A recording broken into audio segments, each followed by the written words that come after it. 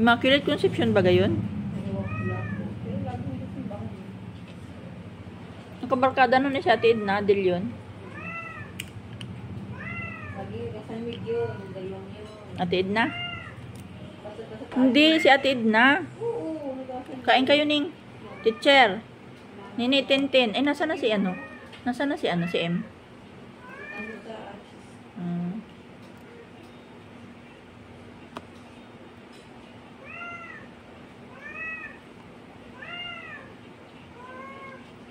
Ano ko yung pag-iisip, meron na rin pusang eri.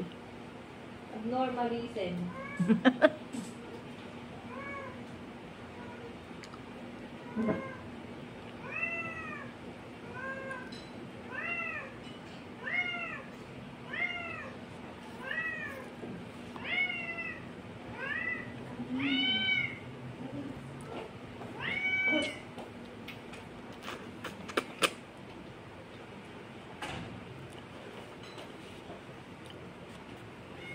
Yan pala yung namimiyasa yung pusang yan, ano?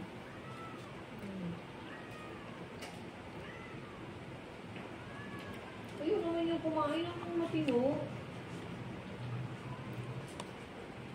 Gusto yun lang, basta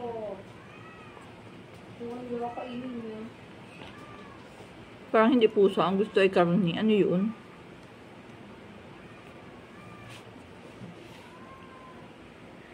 Ako naman ay kagabi, patulog na lang. Pusa doon sa loob namin. Nag-alaro pa yung mga naka-display ko. Parang mga banga, lagabungan, ano? Di sira na. Hindi nga po na ito, hindi nabasa. Bakit hindi nababasag yung maliit mong kupita? Ginagawa ko, ang hihing ko ay maalam, ma'am. Bakit? Ako lang po sa CR. Nagatago. Nagpakabul sa akin. Ah? Sinabihan ko may tumulog na rin.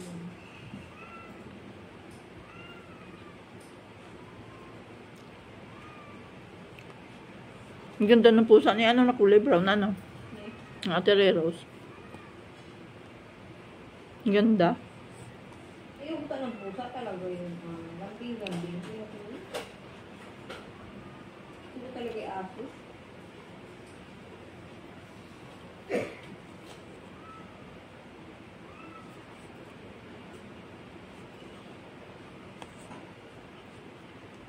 Ayoko nung parang ako inalingkis-lingkis. Ikaw? Ayoko. Ayoko. May iba. Ito ining inalingkis. Si ining J-Lo. Ayun, ito. Kasiping pa yun. Sa higaan pati yun. Nilalabang pa ni tata yung mga higaan. Na-dryer pa yung parang mga kumot na yun. Ang paabala sa gawain na yan, oh. Ang bango naman po. Ang bango naman. Ang higaan ng mga pusa. Pag matanda na, hindi na magagawa yun.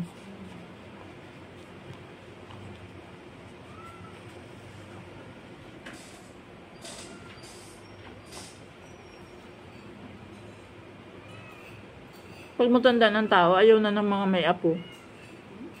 Ayaw na nung yung apo ay kasama nila. Ayaw na maingay. Ayaw na magulo. Danana eh, ganon.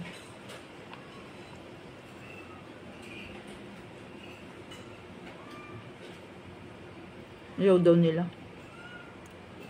Maingay.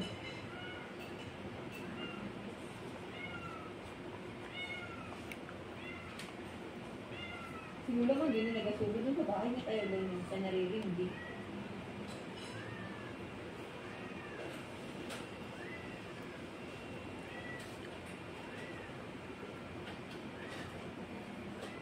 Yung pala, ano, ako lang nakakaamoy pala nun.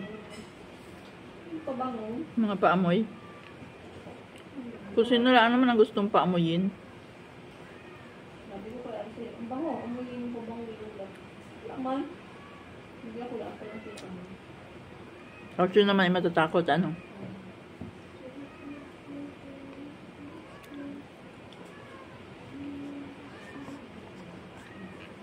Minsan ay amoy yung bulaklak.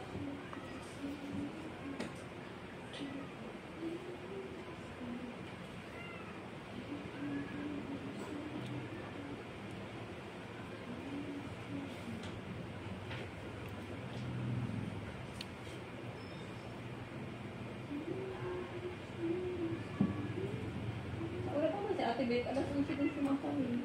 Ngayon? Baka mamayang alaw na.